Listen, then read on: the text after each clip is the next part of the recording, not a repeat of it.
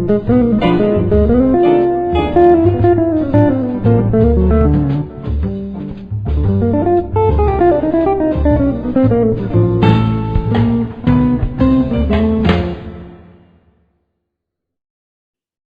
we are very, very pleased to have Kathy Stearman as our guest speaker, and she has written a very exciting book, fact fiction, her lessons from the global career as a female FBI agent. Kathy is from Greensburg, Kentucky. So this is an example of everybody coming up from Kentucky. Those that carry a gun before they get to the FBI can now carry a gun in the FBI. So Kathy's going to give us a good presentation of what her life was like before, during, and now a bit after the FBI. So Kathy Stearman. What I thought I'd do, if you all don't mind, this is what I usually do for a presentation. How many of you have read the book? Okay, so not too many. So what I do is I read a couple of very, very short passages to sort of entice you to read the book if you haven't read the book. And then I talk about why I wrote it, because that's the question that everybody asks first thing right off the bat. Why did you write this book? Because if you look on Amazon or any other place and look for books written by female FBI agents, you will find one other book. I'm going to read a couple of passages, and then we will get started. So the first one I'm going to read is called The Foot. And when I was the legal attaché in New Delhi, India, the legal attaché of the FBI is the person who's the head of the FBI office overseas. And our offices are always in the American Embassy. So I actually worked out of the American Embassy in India, in New Delhi, but I covered all of India, Nepal, Bangladesh, Bhutan, Sri Lanka, and the Maldives. So I traveled a lot to work with my counterparts. This chapter actually takes place in Sri Lanka. As most of you know, an absolutely incredibly drop-dead, gorgeous island, little tiny teardrop at the very bottom, southern tip of India. And it has been the crossroads of the spice trade for hundreds and hundreds of years. So the people there are this amazing cultural mix of Indian and South Pacific and Portuguese and African and South American. And they are, I mean, it's just an incredible culture. It's an incredible society, and the people are warm and the food is to die for. And literally, it is so spicy that sometimes I felt like I was going to die. But so this story takes place, this chapter actually takes place there because I traveled to Sri Lanka a lot, because when I was there, Sri Lanka was going through a civil war. And so there was a lot of terrorism. And so this chapter takes place in the Sri Lankan police headquarters, where I used to go and meet with my counterparts. And we are actually discussing a terrorism case. It's called The Foot. I could not stop staring at the foot. The brownish red henna traced along the curve of the arch was delicate, depicting what looked like some kind of vine, although the detail was too small to determine from the photo I was holding. The toenails were shiny and red, freshly painted. No scratches or scuffs marred their surfaces. This was surprising, considering the foot had been severed, blown off during a terrorist bombing committed by the foot's previous owner. That scene has never left me, and that's why I made it the very first chapter of the book, because it still impacts me. The second little short passage I want to read you actually takes place in my early years as an FBI agent. And I went into the FBI in 1987. There were only about 600 female agents. Very few of those female agents wanted to work undercover. And to work undercover back then, you had to go through undercover school, which was 2 weeks long. You had to pass all these tests and get all this training. So there weren't that many women who wanted to work undercover. But I I was game for anything. And so I was really fortunate that the FBI sent me to Quantico to go to undercover school. And because there were so few women, you know, if you were certified to work at an undercover case, you could get called one day to be flying to San Francisco the next day, or Texas the next, wherever there was a case where they needed a female undercover agent. And this is kind of an interesting story. Once I was working a lot of undercover, I was asked to be part of a national women in law enforcement conference. And it was me and somebody from ATF and a couple of other agencies. And we were supposed to talk about working undercover as a woman. And in the FBI, there were absolutely no women who were basically the main undercover agent. The female agent was sort of like secondary. She was the girlfriend. And so that's what I did. I mean, I was a girlfriend. I ran a gambling house. I played a stripper. I didn't strip, but you know, I was supposed to be a stripper. But I mean, you know, and you name it, whatever women did, that's what I played. And my conversation with this audience of all women was about, yes, we don't have those main roles. You're not going to infiltrate the mob. As a woman, you're just not going to do it. Or a terrorist cell, you're not going to do it. But as a woman, you can get close to the bad guy's girlfriend. Because guess what? Men love to pillow talk, right? And those women have a lot more information than you think they do. So my thing was, it's like I advocated, it's like, yes, these are the roles we have to play, but those roles are very important because you can get information that the guys just aren't going to get. So this was, I was on an undercover assignment, and I was actually supposed to be playing a stripper. And it didn't turn out the way I thought it was going to turn out. It's called sleeping with the informant. Sleeping with an informant will get you fired unless you're a male agent and you decide to kill your informant after you sleep with him or her. Then you go to prison. This actually happened once in a small town in eastern Kentucky. I've heard many stories about male agents who have slept with their informants, but I've never heard one about a female agent sleeping with hers. So unless there are women out there harboring a deep, dark secret, I'm a party of one. It wasn't a long-term affair. It was only for 2 nights.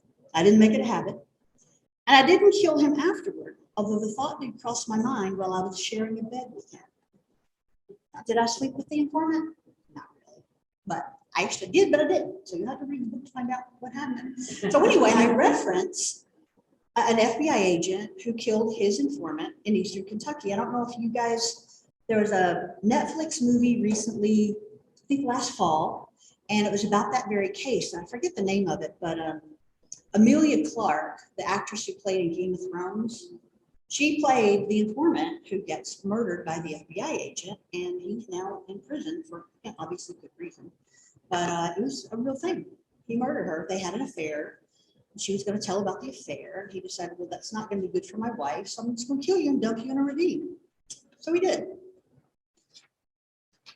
Okay, here is another short passage. This one took place in Beijing. And Beijing was, well, they were both places were extremely busy, but Beijing was the place to be if you were with the State Department and you wanted to climb the ladder because it was politically so important. And Robert Mueller also knew that the Chinese government and working with the Chinese government and getting cooperation from them was really important for the FBI. So he made a lot of trips to Beijing when I was there, as did the Attorney General Eric Holder. So as the representative for the Department of Justice at the American Embassy, it was my job to take care of Eric Holder coming to China and meeting with the highest level ministers and basically talking to them about what cooperation we needed between the DOJ and the Chinese government.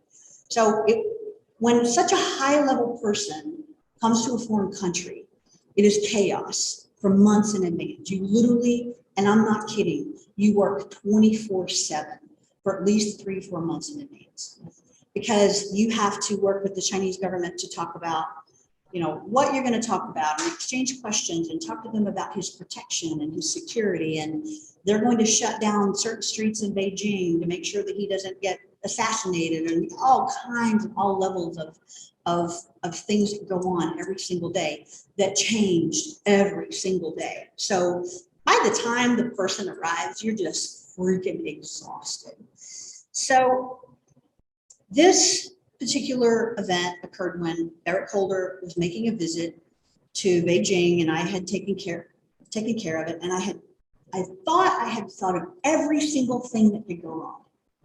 Everything that could possibly go wrong. I'm like, I've got it down. It's good. But there's always something that you just don't anticipate. And then when it happens, you're like, I didn't see that one coming. So this chapter is called Karmic Justice. And this is at the end of Eric Holder's visit after he has already gotten on the plane. Well, this is the beginning of the chapter. The whole chapter is about his visit. Kathy, this is Susanna. Would you please hold for the director? Susanna was Robert Mueller's personal assistant. I didn't even know her last name. She was like Madonna or Bono. She needed no other name. I called her God. As I heard the click on the other end of my FBI cell phone, I lowered it away from my mouth and said quietly to Keith, well, this is it. Start packing your bags. I had learned early in my career that the personal assistant, almost always a woman, to the special agent in charge, the head of an FBI field office, was the gatekeeper. Though I was always polite to everyone, I made it my mission to be damn polite to whoever wielded the power to grant entrance. As the director's gatekeeper, Susanna had become immune to charm and flattery. I'm sure she'd seen her share of groveling, ass-kissing men doing their best to wheedle their way into the inner sanctum. In the parlance of my dad, she was St. Peter, allowing entrance to only the deserving few. As I waited for Director Mueller to fire me over the phone, I felt nothing. I was exhausted, mentally, physically, and emotionally. I had reached a level of acceptance that left me numb. Hearing Susanna's polite but abrupt greeting didn't leave me with the usual quake in my stomach. This was a phone call I had been expecting all week, which had begun in Beijing with the official visit of Attorney General Eric Holder. So, did I get fired? No. But what happened that I might have gotten fired? Now, this is another conversation that I had with Robert Mueller. This is his last visit that he made to China. And Robert Mueller, I have the utmost respect for him. He is nonpartisan. He doesn't care what party you belong to.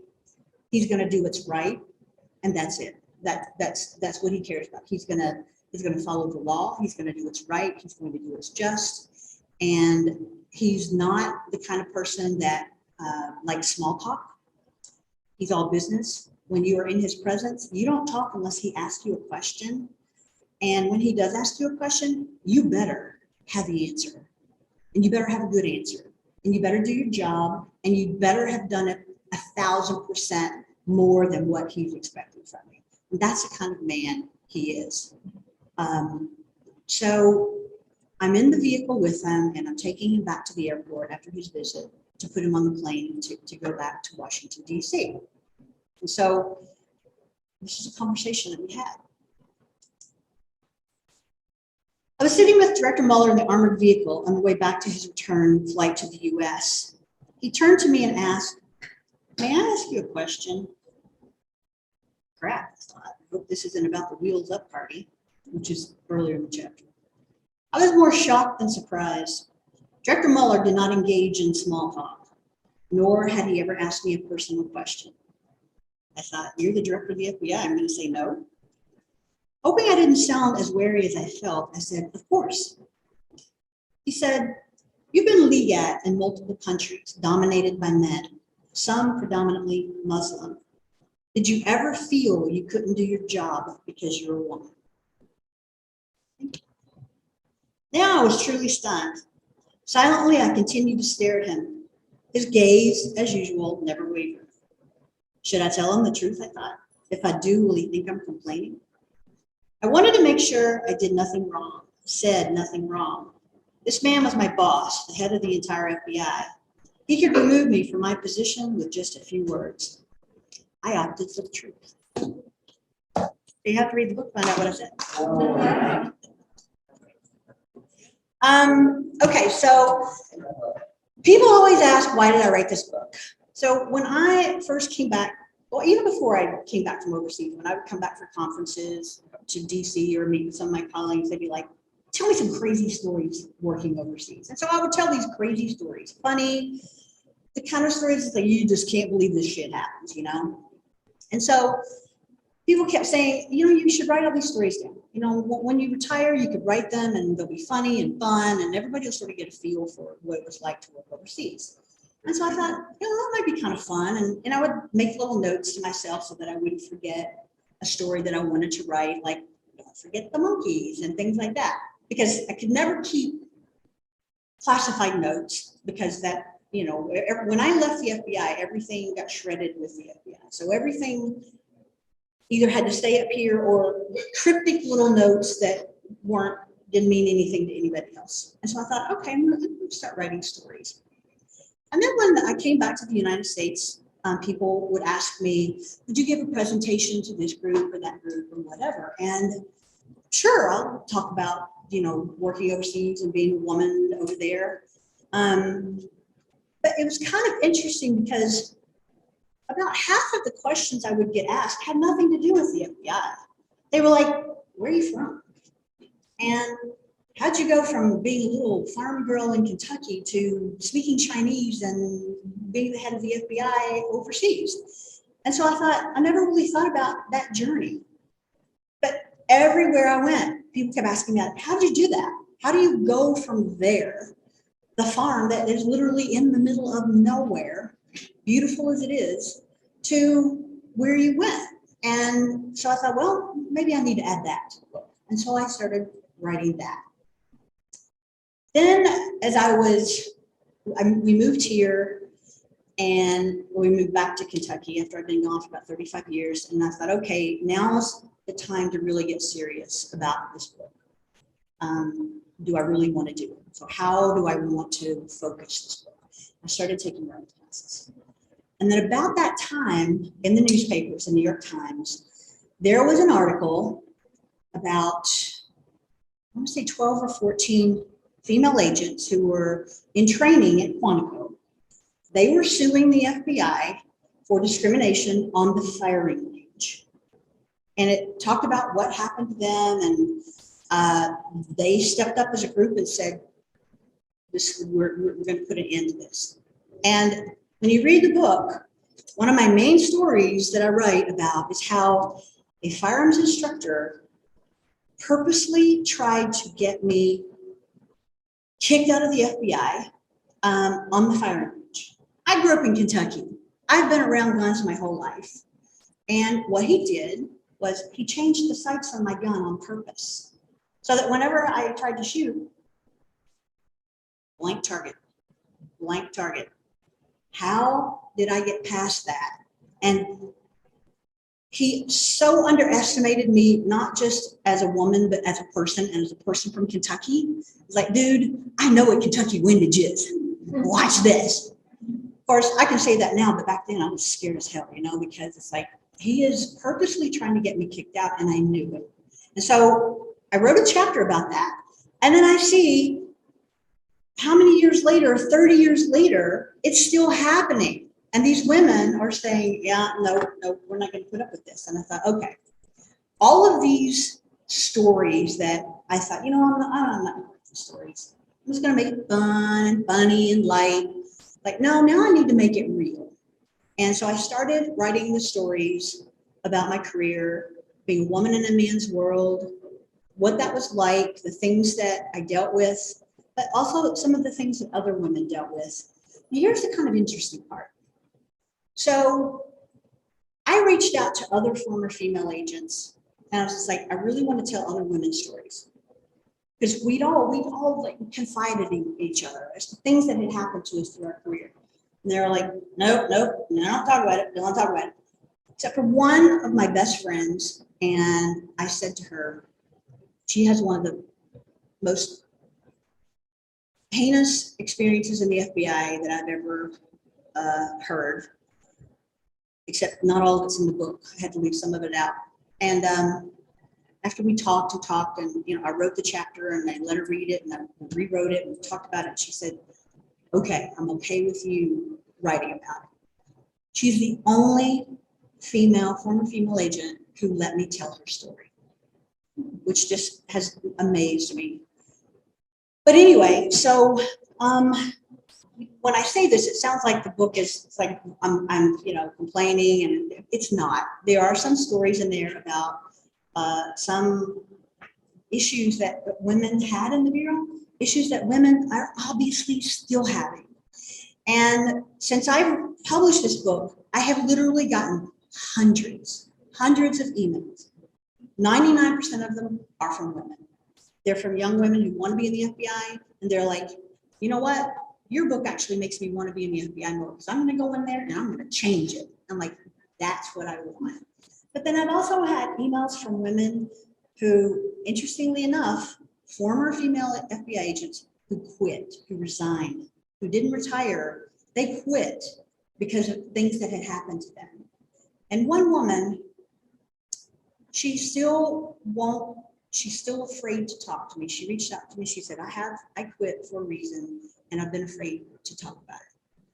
And I said, okay. I said, well, if you ever want to talk about it, I'm here. I can keep secrets. And if you just need to download on somebody, I'm available. So okay, let me think about it. So we back and forth. She's like, I'm afraid, I'm terrified. Even to this day, years later, because it still could come back to haunt me. And I'm like, okay, if you want to talk, let me know. Then one day I got an email from her and she's like, I'm ready to talk. I'm like, okay, I don't know what happened to you, but we'll talk about it. That morning that we were supposed to have a phone conversation, she emailed me, she's like, I can't do it. I don't think I'll ever be able to talk about what happened to me. And to this day, I don't know what it was, but I expect that maybe there's issues that women have had throughout the years that they just sort of want to leave behind. And it sounds like the FBI is not a great place to work. It actually is. But the reality is, as a female, you have to have thick skin. You have to have hide thick as an elephant, and you have to fight back. Sometimes you have to fight back dirty, and sometimes you have to fight back with words. And sometimes you just have to turn around and say to the guy who's being a jackass, and pardon my French here, but you're going to read a lot of it in the book. Sometimes you just have to say, go fuck yourself. Might not want to put that on the site, but I'm going to edit that out. But I'm serious. Sometimes that's the only thing that will get through that exterior of, well, I'm a man and I'm better than you, and I can sort of tell you what to do. That's just the way it was. And unfortunately, in some cases, I'm sure that's still the way it is. But the good thing is there are so many young women that I've talked to now who are going into the FBI. Some of them are at the academy as we speak. Some of them are graduated. And every single one of them have said, because I did get an email from a guy, and he said, well, I can't believe you wrote that book. I can't even imagine any other woman ever wanting to be in the FBI after reading that book. And I'm like, really? Because I can show you all the hundreds of emails from women who have reached out to me and said, you've made me want to be in the FBI even more. So take that and suck on it, would you? But anyway, so it's been phenomenal. The response has been phenomenal, especially from young women, from women who wanted to be in the FBI, but really wanted to be in the FBI before women were allowed in 1972. And so they were like, oh my gosh, it was so great to read your book because this is what I wanted, but women weren't allowed. So at least I get to see what it was like. And so that's been gratifying too. So now I'm going to shut up because I get tired of hearing my own voice. I want to hear yours. So what questions do you have? Yes, ma'am. First of all, I want to tell you that it's beautifully written. I just love it. I just felt like we were going on this journey with you from day one. And one of the things that shocked me was just what you're talking about. that your fellow agents would conspire against you. And I was wondering if that still is going on, and you said it was. So I'm going to be thinking when I finish the book, how in the world you could go through and take these into everything they did to you, and you handle this. And I'm thinking that a lot of it might have been your background, coming from Kentucky, your childhood, you just know how to do it. But that was my concern now. Are you still trying to recruit for the FBI?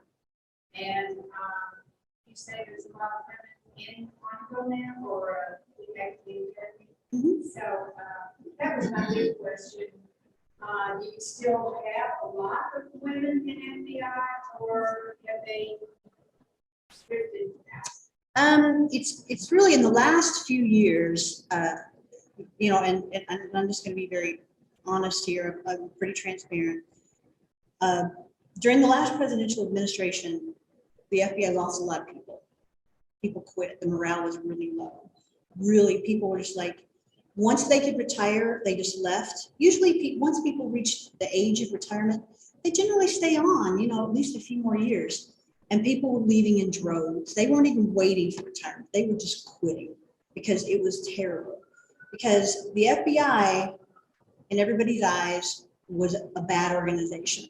And it's so not true. Because the majority of people who go into the FBI, they do it because they want to make a difference. They want to do the right thing. They want to work for the American people. They want to work for this country. They don't want to work for one specific political party. And you know what, I have to tell you, and this is the truth. I am not exaggerating one single bit. Nobody in the FBI, the entire time I was an agent, I never heard one single person talk to me about whether they were a Democrat or Republican. Not one. Not one. My best friend, who was my maid of honor at my wedding, I had no idea if she was a Democrat or Republican until we were both retired. Because we didn't talk about it. We talked about the job.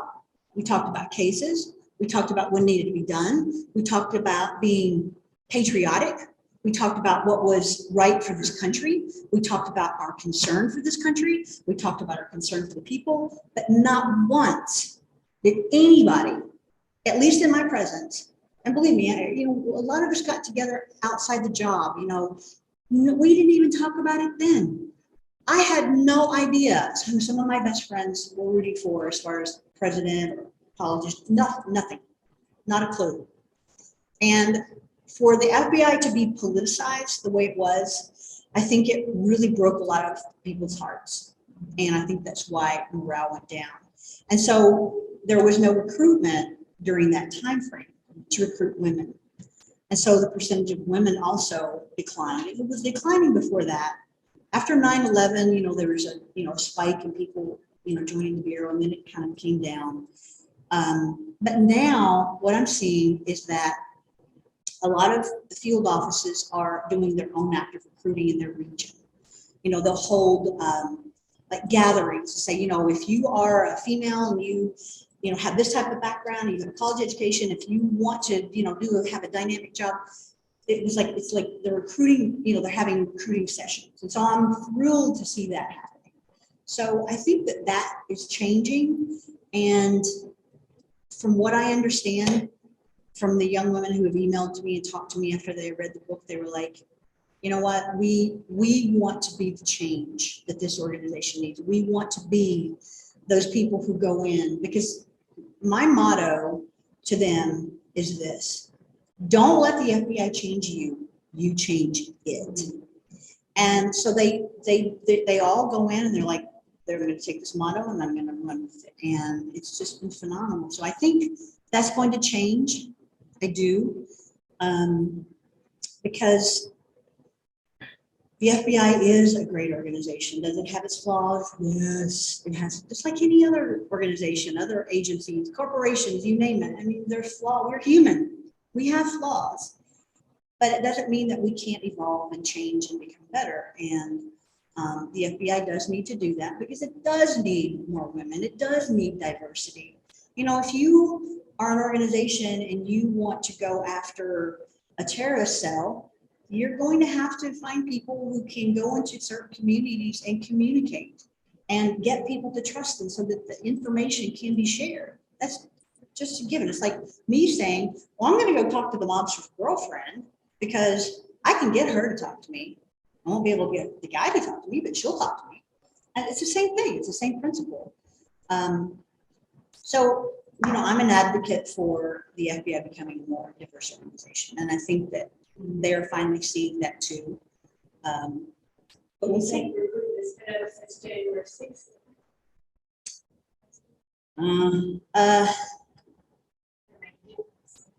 Does it make a difference? You know, I like to think that it is. And from what I've seen since January 6th, you know, there has been a lot more recruiting effort, which I'm very happy to see. We'll see. I don't know. I think it just depends on what happens to us politically, and we're so divided. I hope for the best. But anyway, next question. I hope that answered your question. Yes, ma'am. First, thank you for your service. Thank I loved you. your books. Thank you. Loved your book. One question I have is the technical writing. You left in the blacks out sections, and I loved that. And I would find myself reading those sections more closely because I was trying to guess what was under the black out. That was the plan. So could you talk about your decision making in your writing process to leave that in? That wasn't my decision. Well, my decision to leave it in, that was my decision. But if you are an FBI agent and you write a nonfiction book upon retirement, you must submit your entire manuscript to the FBI's pre-publication unit. And they have to review it. They have to review every single thing that you write because they're concerned that maybe you've included some classified information that the public doesn't need to know.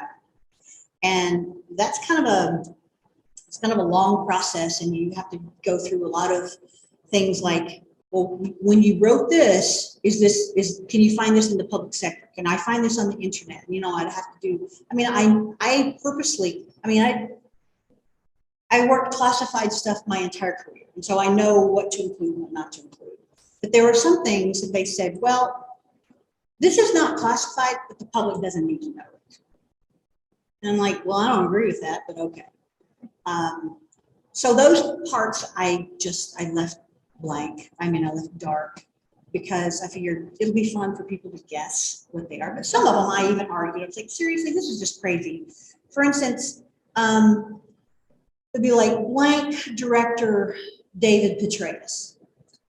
So David Petraeus was director of what agency?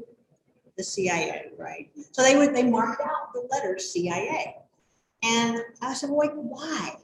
And they said, well, if you put the letter CIA in your book, then your whole book has to go to the CIA to be approved, and that could take months. And I'm like, okay, well, we're not going to do that. And I said, that's so ridiculous because you see the letter CIA in magazines and newspapers everywhere. And they're like, well, but you were part of the government. You actually worked with the CIA. And so it's one of the rules that we have, you know, in between agencies. And I'm like, okay, well, I'll just mark it out. People figure it out. So and then I thought, you know what? They said you can rewrite it or you can leave it the way it is. I thought, you know what? It'll be more fun just to leave it the way it is. And then, you know, people could sort of guess what's behind the curtains. Good question. Any other questions? Get a question, right? Well, it's just a sort of technical question. That FBI agents were encouraged to have law degrees. Is that still true? It used to be. They used to recruit lawyers and accountants, but now you could various backgrounds. They're looking for people who have foreign language skills, people who have cyber skills, cybersecurity, different types of forensic skills. So it really varies now than before, because the accounting part, we can actually get like people who work for the FBI who aren't agents, who actually aren't on the street, and they'll do the forensic accounting for the case. And as far as attorneys, every field office now has what we call a general counsel, and a group of other attorneys that look at everything that happens in that field office and make sure that all the agents are abiding by the laws and writing up all their documents and arrest warrants and FISAs to eavesdrop on people, that making sure they're doing that correctly. So they don't really need so many lawyers and accountants anymore, but they need people, like I was saying earlier, diversity. It's like someone who could speak Ukrainian, let's use that for an example now. Someone who could go out and talk to someone who might have some intelligence that would help us with a case or something. So yeah, so that definitely changed. Like for instance, my training agent, even in 1987, my training agent had a PhD in nuclear physics. And I write about him a little bit. He was such a nerd and such a geek, lovable, wonderful man, but he was eccentric, but brilliant. He actually was a case agent that worked on, I don't know if you all remember the Lockerbie bombing, so he was a case agent that went to Scotland and worked on that for months. So How many languages do you say? I barely speak English these days. No, I still speak Chinese. I used to be able to speak Russian. I took Russian, and I've studied Spanish. I've studied Italian. I've studied Hindi, except I only know curse words in Hindi. And I've studied a little bit of Japanese. So I like to dabble in language. To me, it's fun. It's sort of like putting together an investigation and figuring out how the language is structured. So I love it. But yeah, it's sort of my thing. Yes, ma'am. Take the agent out of the FBI. You never take the FBI out of the agent. When you're out, you're under arrest. You're scanning this crowd right now. Okay. Do you, now that you aren't responsible to reporting, oh my God, I think I saw a terrorist, report from Broadway. Do you still, in a gathering or any place that you're traveling, do you ever, get this feeling that maybe I should be scanning or? Oh, I do scan. I still do. I still, especially when I'm in a crowd, I watch people, pay attention to what their body language is, how they're viewing other people, because when you look at someone else, that's one thing, but you have to look at how they're looking at you, how they're looking at other people. I still do that. I can't help it. And it's funny, just last week, I was driving down 64 and I was getting ready to get off at Grinstead, and there was this car in front of me, and it was a black, I think it was a Charger or something. Something looked weird about the license plate. So I pulled up close to it, and I realized that what caught my eye was, and I did a pretty good job, they had changed the number 3 to a number 8 by using some black tape. I thought, okay. So I pulled up beside it and I looked over, and the windows weren't just tinted, you couldn't even see a shadow inside. And I thought, should I call the police? Should I tell them? I mean, this person did that on purpose. For what reason? And so my mind just goes there. And still, when I go to a restaurant or someplace, I will go and I will sit with my back to the wall. I've got to be looking at the door. And especially in a place like, Sri Lanka, where people were getting blown up. There were suicide bombers. And I write about it in the book about how you could just be anywhere and there's a suicide bomber and you're going to die. And I never thought about it that much when I was there, but I did try to pay attention, and I was aware. And I went out a lot by myself in Colombo, which is the capital city, and people thought I was nuts. But I'm like, you know what? I'm not going to just be scared and stay in my hotel room. I'm going to go out. I pay attention. I watch people. I made sure to not go to places where like all the Americans or all the expats hung out, don't go there, go to where the locals go. So I still do it. Yeah, I still pay attention. I don't carry a gun, but I still I'm still aware. And, you know, Keith, my husband, he does the same thing because he got so accustomed to being with me. And we had this plan, and whenever we were out and about, I would always have the gun. And of course, if somebody's going to approach us, they're going to be looking at him. They're going to be like, he's the one that we need to worry about. And so we had a code word. I forget what the code word is now, but I would say the code word, and Keith would just drop to the ground, and then I would be the one to pull the gun, and the bad person would never know until they're dead. That was our plan, because that was my job. So, good question though. Yes, ma'am. So take us on a journey from a little girl, then went to the top of nowhere. I had no idea what the FBI was when I was a kid. I didn't really watch TV. We only had one TV, and I mean, everybody can remember back in the day, there's only like 3 stations. Yeah. And you know, I grew up in this big old house, and the antenna was outside, and every time the wind blew, it roll around, and the TV would just go nuts anyway. And for some reason, I was the one that had to go up there and stand and hold it while my brothers watched TV. But anyway, so I didn't watch a lot of TV. I didn't know what the FBI was. And then I planned to go to college. Well, I did go to college, and I was going to go to medical school. I was going to be a surgeon, because from the time I was about 15 up until like my senior year in college, I worked in surgery as a surgical tech and in ER, and anything medical, I did it in my free time.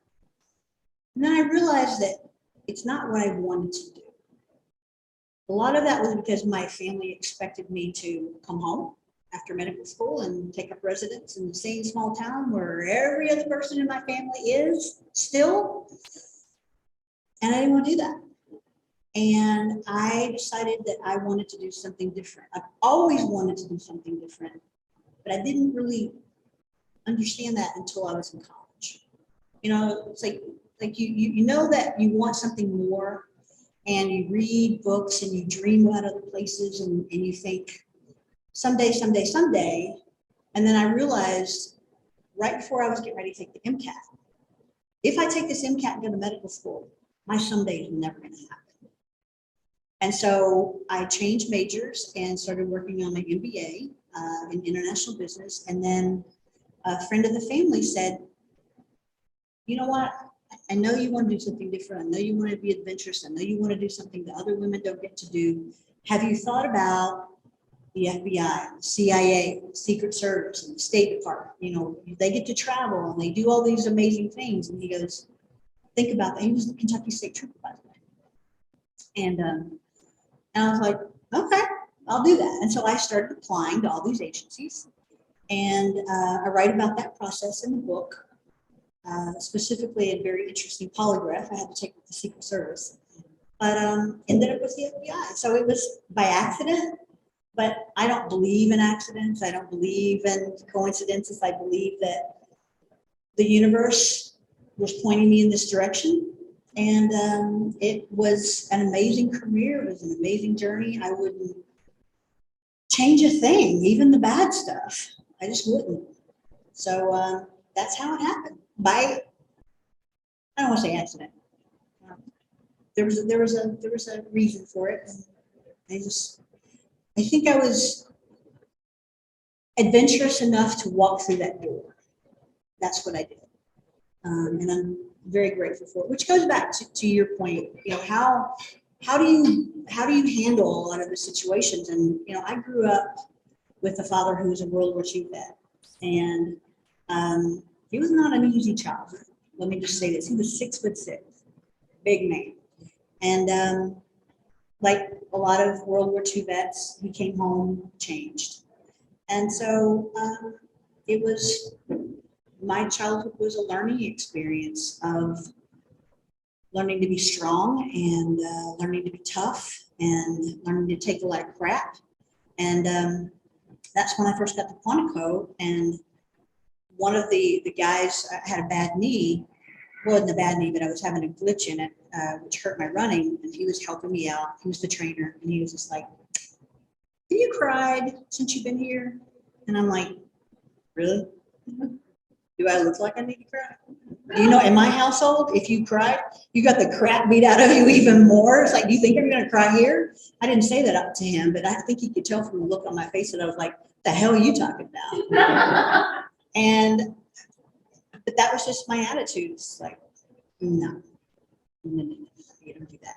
And it's interesting because I had a conversation, I did a podcast with a former female FBI agent. Her name is Jerry Williams.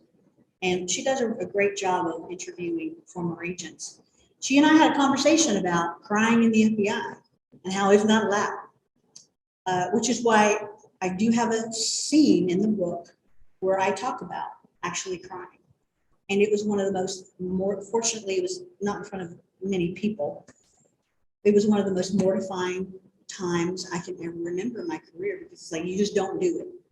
But I was just exhausted. And I just didn't care. So, yeah, no crying in the FBI. Next question. Yes, ma'am. What surprised you the most about working for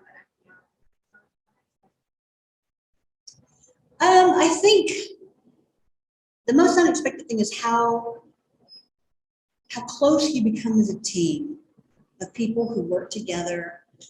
You have to work closely together because sometimes it's a matter of life and death. Just the amazing group of people that you become friends with for a lifetime. And I didn't realize that was going to happen. Because, you go into a job, and we've all done this, we've had jobs, it's like, oh, it's great, you meet these people, and you meet those people, and you might, go out to lunch a few times, but then once you leave that job, it's like, you don't ever keep in touch, you don't see that person anymore. But in the FBI, it's different. It's, you have an understanding of each other as to what the job is like, and really no matter where you go, there's someone that you can relate to. And I was really, really fortunate that I made some of, my best female friends in the whole world I still have today. And we are very close. So I think that was probably the biggest, best surprise. Yes, ma'am. I was just gonna ask, if you were, able to wave the magic wand and be the director of the FBI, what are the 2 or 3 things that you could change that would make it easier for women or more active? Well, that is, first of all, that's a very long conversation, and we have thought about it, because I've often said, I was only director for the day. I was queen for the day. I would hire more women, because let's face it, our population is 50% women. Why should the FBI not be 50% women? But I would also see, as an agent, I understand that there's a pecking order, and there's a good old boys network in the FBI. There's a good old boys circle, and those are the guys who help each other get up the ladder. And unfortunately, a lot of the people, at least in my time, who had some of the highest level positions in the Bureau weren't qualified to do those jobs. They just knew a guy who knew a guy who knew a guy, and they played basketball together, they played golf together, and they helped each other climb the ladder. And I would make sure that the people who took the jobs that they got, were chosen for the jobs that they got, were actually qualified. For instance, there's a person, a man who got the legal attaché job in Beijing, like two legates after I left. He worked criminal work. He had no idea what Chinese counterintelligence was. He had no idea what Chinese espionage was. He probably couldn't spell PRC if somebody asked him on a spelling test. But somehow, and I heard this through the grapevine, that he knew somebody in the International Operations Division, and they were able to get him in that job. And guess what he did? Now, I don't mind saying this, and you can look him up. I probably can too on the internet. Because this man was single. And one of the things that I said is like to headquarters, you cannot send a single man to China. You cannot. You cannot send a single man to China. Because guess what? The Chinese use honeypots. Do you all know what honeypots are? Okay. So honeypots are everywhere. And if they see a single FBI, legal attaché, They're gonna zoom in on him like flies on honey. And so guess what this idiot did? He's single, he wants a date, right? He puts an ad on the internet asking for a woman, and he gives a very specific description of what he wants. Well, guess what shows up at his door?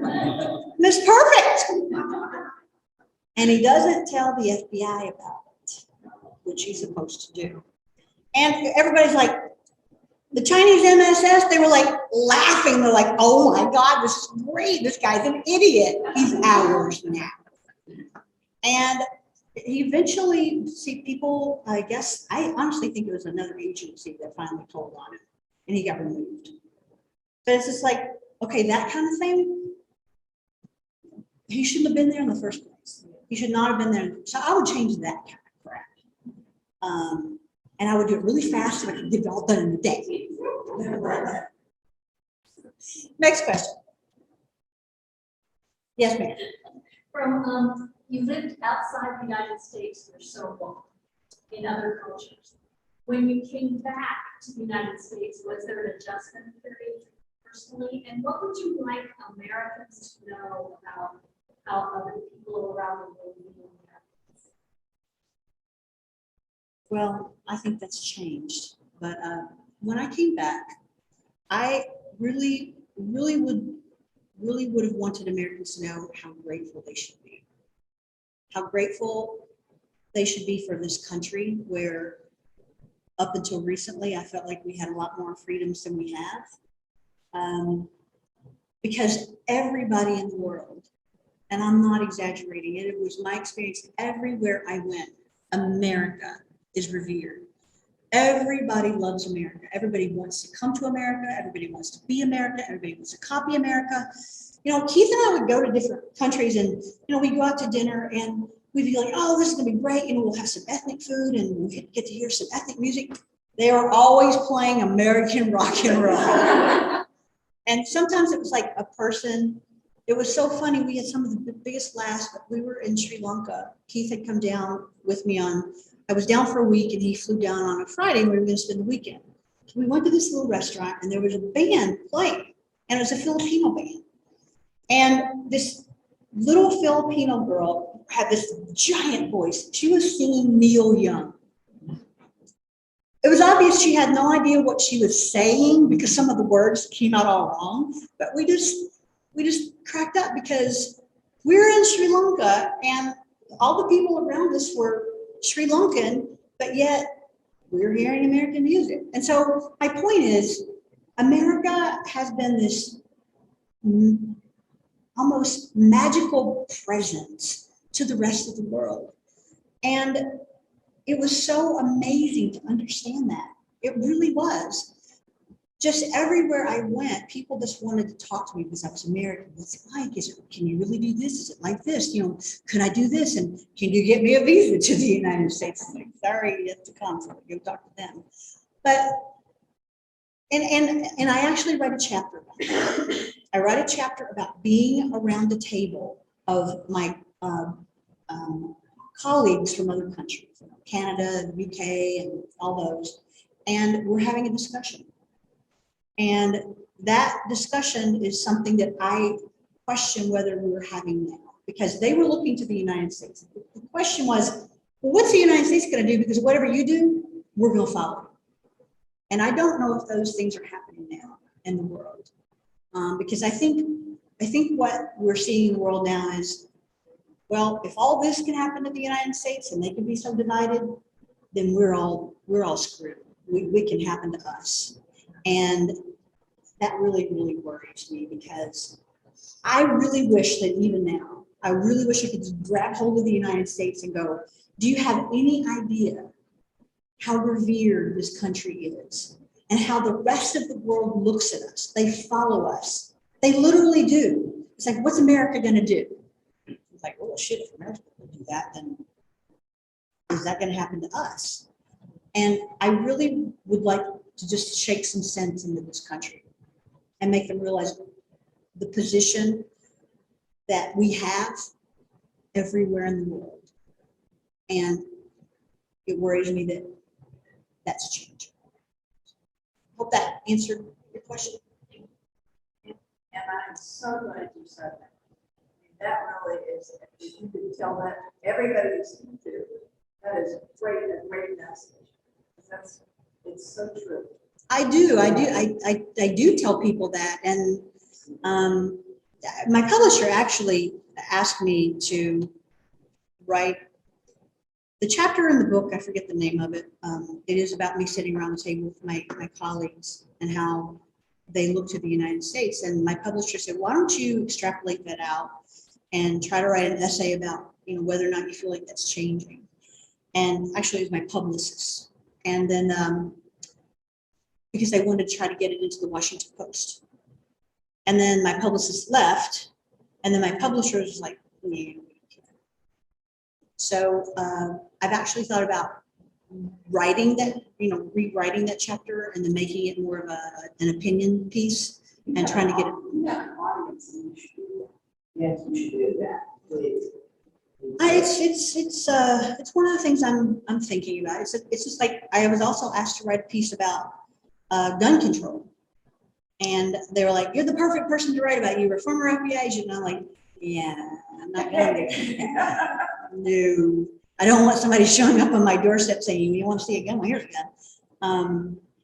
Yeah, and honestly, I'm not afraid for me. I'm more more afraid for my husband than me. Like, whatever. But yeah, I don't think I'm ready to go there yet. Yes, ma'am. Through that, a little bit at the version of the U.S. and the rest of the world. Sometimes, one of my favorite chapters, Stay Out of My Uterus. I can't look at where we are. I just can't believe it. I just don't, I don't think it's, That makes a lot of people. and what we do, the rest of the world, a lot of people has a problem with it, but what we do affect everyone else. That is exactly it, and that's exactly what I'm saying. It's like if the rest of the world looks at the United States and says, well, you know what, maybe women should be barefoot and in the kitchen and pregnant again. Maybe they shouldn't be able to go to the bank and get a loan for a mortgage. Maybe they shouldn't break that glass ceiling. And obviously, women still haven't broken the glass ceiling to be president of the United States. And I'm seriously thinking it is not going to happen anytime soon. So, but if the rest of the world sees that, then they're going to be like, maybe we should rethink the direction that we're going in. And so, yeah, I've actually thought about taking that chapter and doing something with it. I'm not sure what, but because that chapter is about choices. It's like, I made a choice to be child-free. If you want to have children, good for you. You have the choice to have children. I have the choice to not have children. We should have the choice to do what we want. It's about choices, and our choices are being taken away. Yes. And it's about using the talents and the skills and the intelligence that everybody has, regardless of childcare or being president. It's interesting, and this is a little off topic. Well, not really, since we're talking about Stay Out of My Uterus. But there's a great documentary that just came out last Friday, and I don't know if she's going to try to have it shown in theaters or on Netflix or something, but it's called My So-Called Selfish Life. And it's a documentary about women choosing to not have children, being child-free by choice, and not being ostracized for that choice. And, one of the things that they talk about, and they actually interview like female obstetricians, and how giving a woman a choice is healthier for women. It's healthier for everybody. It's healthier for society. It's like, you could choose or not. It's okay. You have a choice. And then one woman actually said, you know what? The people who are advocating for, no abortions, they're advocating for no birth control, but they don't advocate to increase funding for public schools. They're not advocating for what happens to that child when the child gets to be, school age, or even before, what about that conversation? And, I thought, you know what, I'm so glad somebody's saying that, because it's so true. But when I sent my manuscript to my editor, she actually asked me to change some things in that chapter. And some things I'm like, all right, I'll change that, but I'm not changing this. You know, I didn't agree to some of it. I'm like, this is my opinion. This is the way I feel. If you don't like it, I am more than happy to go find another freaking publisher. And then I had the copy editor, you know, the person at the very end of your manuscript. You got your manuscript, you and the editor have gone through it, and then the copy editor's like, a comma needs to be here, this period needs to be here, that kind of thing. So she sends me an email and she says, don't you think you need to tone this down just a little bit? And I looked her up and she's like this young, early 30-something, went to a liberal arts college and, you know, she was from the Northeast. And I'm like, are you freaking kidding me? You think I should tone this down? I said, and this is actually what I said to her, you know, pardon the, you know, recording. I said, are you fucking kidding me? I should be toning this up, not toning it down. And I wrote to my editor and I said, find me another copy editor because I am not going to deal with her crap. I'm not going to have someone who's supposed to be like putting the comma there and the period there saying, you need to change what you've written. Like you need to rethink yourself because you're in your early 30s and you have your whole life ahead of you and you better be thinking about what your future looks like. Of course, I didn't say that to her, but yeah, it was just amazing the number of women who read my manuscript and took offense to that chapter alone. That chapter alone. And I refused to change the message that I had in that chapter. Is this been sent to Oprah? No, Oprah's not Do you interested. think Oprah's? No, I honestly think that when people see this book, they see FBI. And because law enforcement is now like all bad, I think that people really try to stay away from it. Even I think after my publisher gave me the contract and then everything happened like January 6th and then, you know, the whole, you know, law enforcement thing. And I think that they even wanted to distance themselves from it a bit, and they did. So I think that a lot of people won't pick it up because it says FBI on it. And I think a lot of people won't pick it up because it's about a female FBI agent and like, who wants to hear from a woman? Sorry, guys. But that's true. And I don't mind saying so. And I think that the thing that has resonated with so many women who've read the book is just being honest and open about it, which is what I've been trying to get my former female colleagues to do. Like, let's just have a conversation. So, and I've actually talked to some women and like, the women who come behind us, we're doing them a disservice if we don't have these conversations with them, if we don't talk to them about this. You know, they stand on our shoulders.